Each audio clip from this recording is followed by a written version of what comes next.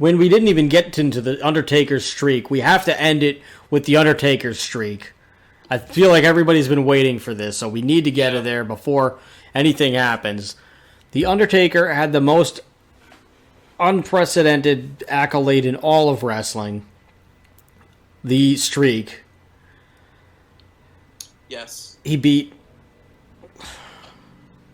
21 guys at 21 consecutive WrestleManias, and without losing. And then at WrestleMania 30, Brock Lesnar defeats The Undertaker in the most shocking moment in all of pro wrestling, which Vince McMahon kind of decided at the last minute on whether or not to do it, and very few people even knew. A lot of people thought this was a mistake. Mm-hmm. They even had the graphic of 22-0 ready to go. Yeah. And they had to change it on the fly to 22-1. 21-1. 21-1, I'm sorry. Yeah. And now they've since added to it where it's his other wins, they add to it, and then it looks like it's 23 or 24 and 2 or whatever it is, because they had Roman Reigns beat him later on, which whatever, it already happened. Yeah. At that point, you just let everybody win. after he's been beaten, it's it's not even a streak anymore. So Right. And you can't add to the streak. You can't fudge the numbers now. Yeah. So Should it? I'm sorry. Continue. Well, I was gonna say, I remember when it first happened, there was so much speculation that Brock had basically gone off the reservation and it wasn't supposed to end that way. People were saying that, Brock, rigged it. He pinned The Undertaker. First of all, he injured The Undertaker on purpose, people were saying. And then pinned The Undertaker when he wasn't supposed to. And won the match, which obviously that came out as false. Yeah, well, of course. Brock's not that kind of guy. No. And he doesn't like people, but he respects the work ethic of people who work hard. So he's not gonna it'd be one thing if The Undertaker was just some snot-nosed punk who felt everything was owed to him. Mm-hmm. But he's not that guy at all. So of course Brock would treat him with as much respect. And that match, The Undertaker's not really sure when it happened, but something happened within the first couple of minutes where he fell funny. Yeah, he was severely concussed. Yeah. I've heard in interviews later on that Taker pretty much doesn't remember anything that happened during the match. Yeah, he said it on the documentaries that he doesn't remember anything after the first 5 minutes. Yeah, he knows now because he's watched the match, so he knows what happened during it, but he cannot recall personally. I think he said from he remembers walking out to the ring, and the next thing he remembers is waking up in the hospital the next day. Yeah, pretty much. Lesnar, I don't know if he was the right choice to end the streak. I don't think anybody was the right choice. That's my question I was building to, is should it have happened? Yeah, I think it should have happened. I agree it should have happened. There's a couple ways they could have done it. I think losing to Bray Wyatt would have been a really good passing the torch to Bray, because Bray kind of has that supernatural, gimmick a little bit. Yeah, they're trying. Well, that's what they're trying to do. They've been trying to make him the new Undertaker, but they've just stopped and started his pushes, and they've made them hokey when they start to get good. So they've kind of bungled him along the way, where he'll never be that. No. You could say the same thing about Kane in a lot of things. Would Kane be better than The Undertaker, or just as good as The Undertaker not in terms of a presence and a character and believability, but in terms of if they gave him if they gave him a proper win streak, if they gave him a proper title run, if they did if they didn't stop and start him in certain parts, they kind of bungled his pushes every time he got a push. But if they didn't do that with Kane, would he be at the same level. Not that he's not at the same. It's hard to put out what I'm trying to say because I don't want to. I don't want to like sound like I'm saying anything bad about him because I respect the hell out of that guy. He's one of my favorite wrestlers too. Yeah. If they hadn't bungled his pushes so often, would he be held in? Would he be held in as high of a? Would he have had a? Would he be talked about the same as the Undertaker in terms of a legendary career? Yeah. It's hard to say. Yeah. I think Kane would have been one of the better options for ending Taker Streak. Yeah, I think so too. I mean, I had a friend. Well, you know him too. Our buddy the Fridge.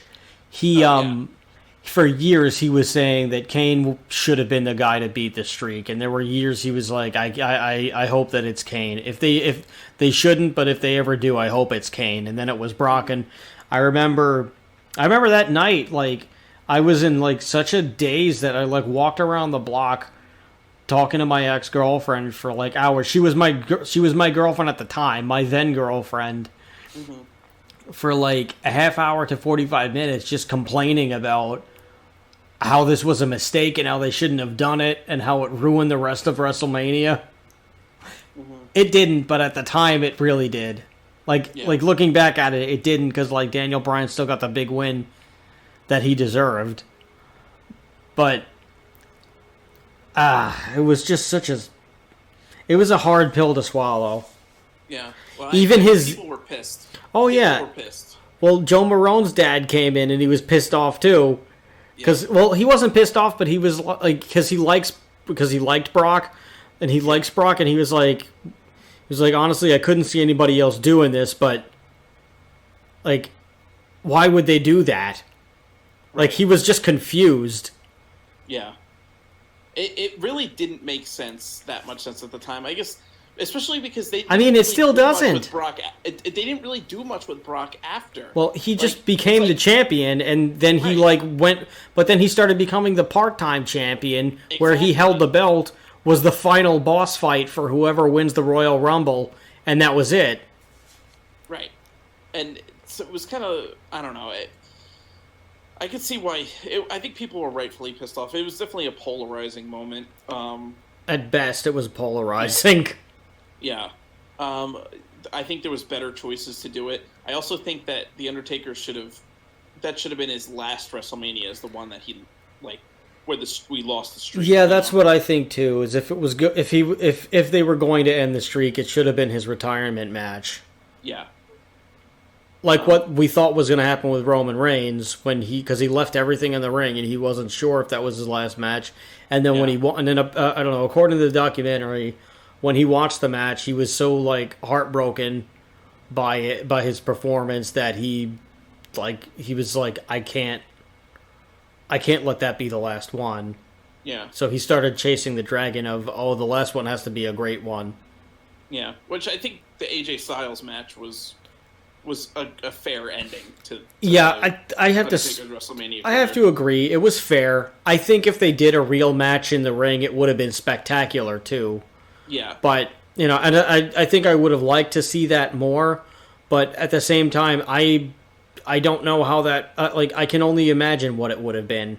I can't, for all I know, it would have been a train wreck. Not that I think it would have been, but I don't know because they did it the cinematic way, and the cinematic way protected him, and it protected the aura, and it embodied the character, and it summed up what the character was and is in the best way possible. So, and they even opened the door for him possibly doing another match in that style, and I think fans are also happy with that because he's not going to get hurt doing this, or he's not going to get seriously injured doing this, because I remember for years I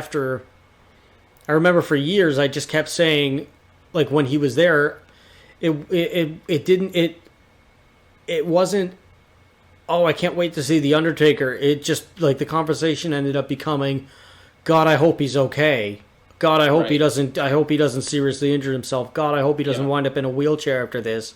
I want this guy to have a long and happy life with, Yeah. and I want him to go out with dignity.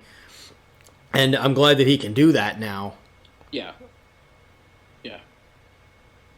That was always my biggest fear too. Is that's like, you see this guy, he gets slower and slower every year because he's getting older. And it's he's still on borrowed time. He was on borrowed time for probably the last 15 years. Yeah, and he was still going to the best of his ability at that Right. time, like that he could at that time, and I appreciated seeing him, but at the same time, I really just was hoping that I didn't see. I was just hoping that I didn't see the worst case scenario. Yeah, I agree. Or even turning out like like someone like Mick Foley who's like essentially crippled, could barely walk. Yeah. You don't even want to see that. At least he's kind of still I'm sure he's got aches and pains, and has, but at least he could still walk around and do things, and he's not like crippled, and that's really it's a good thing to see. So I really hope he does take his retirement and enjoys it, and if they bring him back for appearances here and there, then yeah, that's fine. But don't let him enjoy his retirement now. Don't make him wrestle. Yeah. Twice a year. Yeah, please don't. Just let the guy have his retirement with dignity. If you want to use him, yeah, maybe have him make an appearance every once in a while. Mm-hmm. But but don't put him in a full match. Yeah, and honestly, Taker's my favorite wrestler, and I love the character of the Undertaker. But it's nice to that he gets to be Mark Calloway now. Yeah. In interviews, he went on Joe Rogan, and he did the Broken Skull podcast, with Stone Cold, and he gets to just be himself. He gets to be Mark Calloway and just talk about his career off the cuff. Doesn't have to stay in character because Taker was the most serious about kayfabe probably of any wrestler. Oh yeah, he only did interviews when he was doing the American Badass gimmick because he could be himself for once, because that was the character that was the part of the character that he was in there where Closest to. Yeah. And then but like anytime he was the dead man or like the regular Undertaker gimmick, he didn't speak to anybody. Nobody knew anything about his private life or anything like that. Yeah. Which is the way it should be, I think. It should be, they should be their private lives should be as private as possible because, God, don't you just not want to have cameras following you around all the time? And don't you not want to have people don't you not want to have people checking your social media pages, nosing about and business they don't need? Yeah.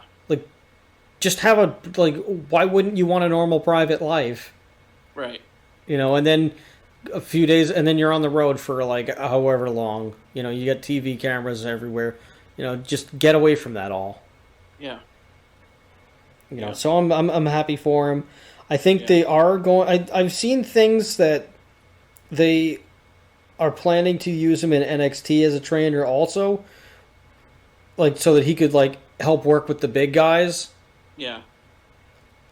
It'd be nice to see him help some of the guys kind of develop because you don't really see, like you said, we were talking about Bray a little bit, he's trying to kind of take over the creepy guy gimmick, but it's not as successful. So it'd be nice to see him maybe work with some guys. The lack of success I don't think is Bray Wyatt's fault. I think it's the booking. I think the booking has killed him.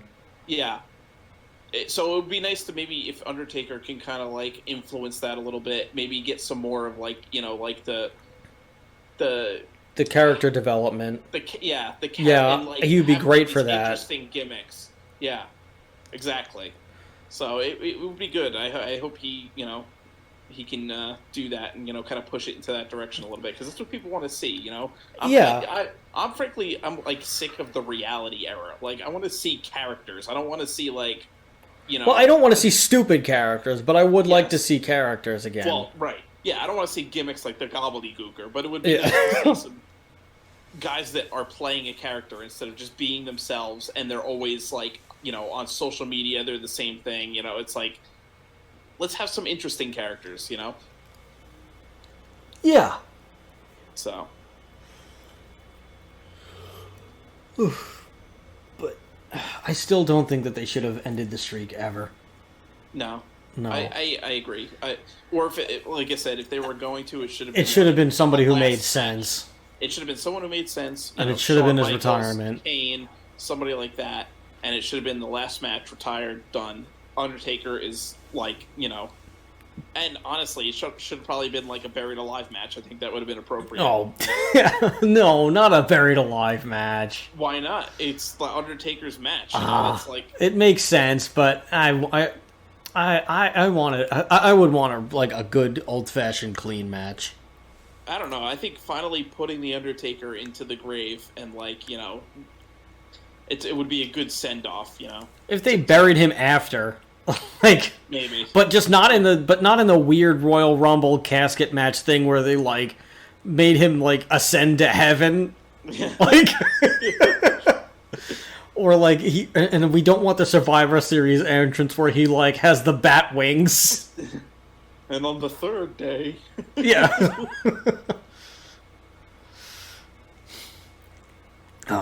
But Undertaker streak, WrestleMania embodied. I think the best last match that he had, other than the AJ Styles one, I think the best one that he had in recent memory was the one with Punk. I think that was the last like classic match that he put on, and also Punk knew how to work with him. He made it feel good, and I mean Although the Paul Bearer thing, I think, was kind of like, that they shouldn't... I don't know if they really should have done it, but, like, they got the blessings of Paul Bearer's sons and everything to do it, and it still integrated him into the match, and I'm sure they were planning on bringing him in before he passed, and this... I think that was the last, like, great match that he... Like, the last truly great match that The Undertaker had at WrestleMania, I think, or in his whole career, I think, was with CM Punk at Mania. That one I have to rewatch.